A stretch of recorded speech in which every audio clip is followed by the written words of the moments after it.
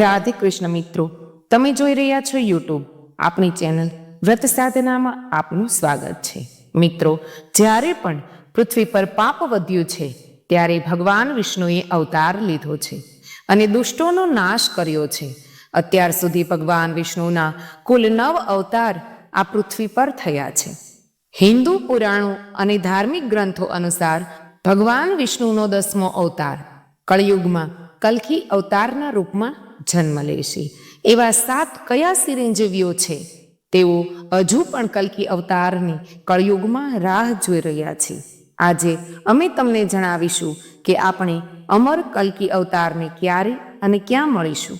મિત્રો, જો આપને આ વિડીયો પસંદ આવે તો લાઈક કરજો, શેર કરજો.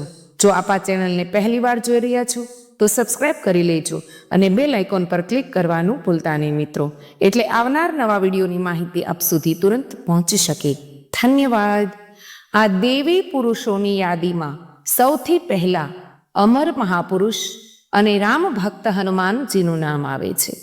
હનુમાનજીને માતા સીતાએ અમર રહેવાના આશીર્વાદ આપ્યા હતા અને બજરંગ બલીને ભગવાન શ્રીરામે કળયુગના અંત સુધી ધર્મ અને રામકથાનો પ્રચાર કરવાની પરવાનગી આપી હતી.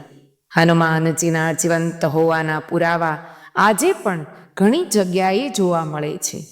મહાભારતના વન પર્વના અધ્યાય 151 મુજબ એકવાર ભીમ દ્રૌપદી માટે ફૂલ લેવા માટે ગંધમાદન પર્વત પર જઈ રહ્યા હતા ત્યારે તેઓ હનુમાનજીને મળ્યા. એવું પણ કહેવાય છે કે દરેક 41મા વર્ષે બજરંગ બલી શ્રીલંકાના માતંક કબીલામાં બ્રહ્મજ્ઞાન આપવા માટે આવે છે. જ્યારે કળયુગના અંતમાં પાપની મર્યાદા વધશે ત્યારે ભગવાન ફરીવાર કલ્કી અવતાર ધારણ કરશે. એ સમયે બજરંગ બલી હનુમાન ફરીવાર કલ્કી અવતારમાં ભગવાન શ્રીરામના દર્શન કરશે. ત્યારે ભગવાન રામના દ્વારા આપવામાં આવેલા વચનોનો સમય પણ સમાપ્ત થશે. મિત્રો, ચિરંજીવી મહાપુરુષોના લિસ્ટમાં બીજું નામ પરશુરામજીનું આવે છે. એ ભગવાન વિષ્ણુનો 6થો અવતાર છે. તે ચિરંજીવી હોવાનું પ્રણામ મહાભારતમાં પણ દેખાઈ આવે છે. મહાભારતમાં તેમનું નિવાસસ્થાન મહેન્દ્રગિરી પર્વત પર હતું. આજે કળયુગમાં પણ પરશુરામજી તે પર્વત પર તપચર્યામાં લીન રહીને કલ્કી અવતારની રાહ જોઈ રહ્યા છે. ત્રીજા મહાપુરુષ છે રાજા બલિ. શ્રી હરિભક્ત પ્રહલાદના વંશજ છે, જેને પોતાના બળથી 3 લોકને જીતી લીધા હતા. સાથે સાથે તે એક ખૂબ જ મોટા દાનવીર પણ હતા. પૌરાણિક કથાઓ અનુસાર ભગવાન વિષ્ણુએ રાજા બલિના અભિમાનને તોડવા માટે વામનનું રૂપ ધારણ કર્યું. એકવાર તેઓ રાજા બલિના યજ્ઞમાં હાજર થયા. યજ્ઞ દરમિયાન બધા બ્રાહ્મણો રાજા બલિ પાસેથી દાન માંગી રહ્યા હતા. રાજા બલિ સિંહાસન પર બેઠા હતા. જ્યારે બ્રાહ્મણ વામન ભગવાનનો વારો આવ્યો ત્યારે તેમણે રાજા બલિ પાસેથી ફક્ત 3 પગલાં જમીન માંગી. પછી રાજા બલિ અને ત્યાં હાજર રહેલા બધા બ્રાહ્મણો હસી પડ્યા. રાજા બલિએ કહ્યું કે તમે તમારા નાના પગથી કેટલી જમીન માપી લેશો? એના કરતાં તો તમે કંઈક બીજું માંગી લો. પરંતુ વામન ભગવાન પોતાની માંગ પર અડગ રહ્યા. પછી રાજા બલિએ કહ્યું કે તમે જ્યાં ઈચ્છો ત્યાંથી લઈ લો. પછી બ્રાહ્મણ ભગવાને પોતાનું વિશાળ સ્વરૂપ ધારણ કર્યું અને એક પગલે દેવલોક અને બીજા પગલે પૃથ્વી અને પાતાળ લોક પામ્યા. આ પછી તેમણે કહ્યું કે હું ત્રીજું પગલું ક્યાં મૂકું? રાજા બલિએ પોતાનું માથું આગળ કર્યું અને વામન દેવતાએ રાજા બલિના માથા પર પગ મૂકીને તેને પાતાળ લોકમાં મોકલી દીધો અને તેને સુતલ લોકમાં ફસાવી દીધો, જ્યાં તે પોતાની મુક્તિ માટે કલ્કી અવતારની રાહ જોઈ રહ્યા છે. મિત્રો, હવે આપણે ચોથા મહાપુરુષ લંકાધિપતિ વિભીષણ વિશે વાત કરીશું, જે ભગવાન રામના અનન્ય ભક્ત હતા.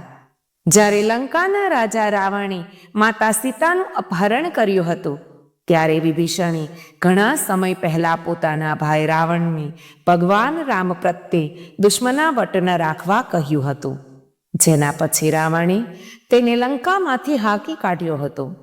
ત્યારબાદ વિભીષણ ભગવાન રામની સેવા માટે ચાલ્યા ગયા અને રાવણના દુષ્ટ કાર્યોનો અંત લાવવા માટે ધર્મનું સમર્થન કર્યું. આ જ કારણ છે કે ભગવાન શ્રીરામે વિભીષણને અમરત્વનું વરદાન આપ્યું હતું, જે આજના યુગ એટલે કે કળયુગના અંત સુધી જીવંત રહેશે. વિભીષણના જીવંત હોવાનો પુરાવો રામાયણ યુગ પછી મહાભારત યુગમાં પણ મળ્યો હતો. યુધિષ્ઠિરના રાજસૂય યજ્ઞ દરમિયાન સહદેવ સાથે વિભીષણની મુલાકાત થઈ હતી.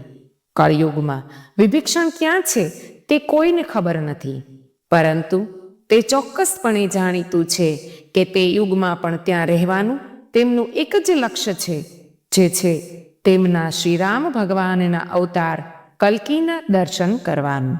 મિત્રો, અશ્વત્થામાનું નામ પણ આ મહાપુરુષોમાં સામેલ છે.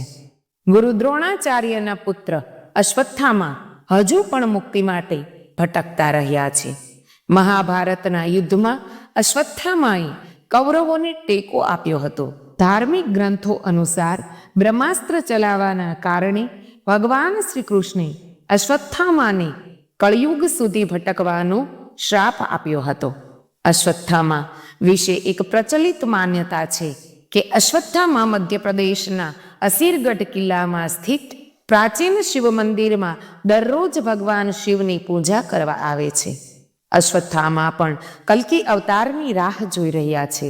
એવું કહેવાય છે કે અશ્વત્થામા ભગવાન શિવનો એકમાત્ર અવતાર છે જેની પૂજા થતી નથી, પરંતુ કલ્કી અવતારમાં અશ્વત્થામાની મહત્વપૂર્ણ ભૂમિકા હશે, જેની આવનારી પેઢીઓ દ્વારા પ્રશંસા કરવામાં આવશે.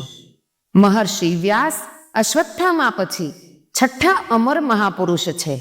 મહર્ષિ વ્યાસને મહર્ષિ વેદવ્યાસ તરીકે પણ ઓળખવામાં આવે છે, કારણ કે તેમણે 4 વેદ, મહાભારત, 18 પુરાણો અને ભાગવત ગીતા લખી હતી.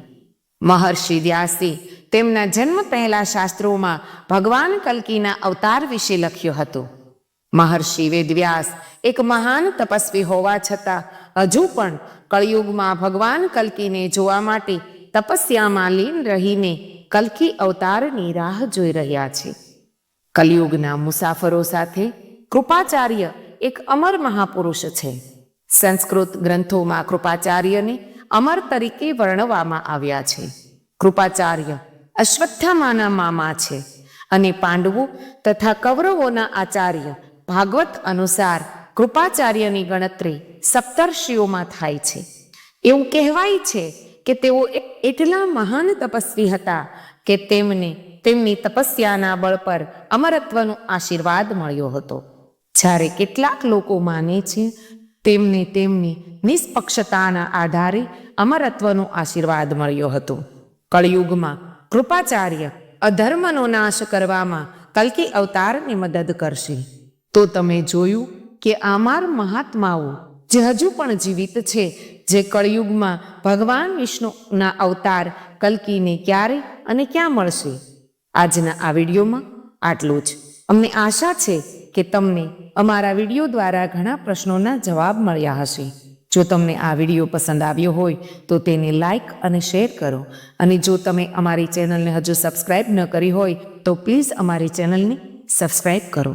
અમારા વિડીયોને જોવા બદલ ખૂબ ખૂબ આભાર. ધન્યવાદ.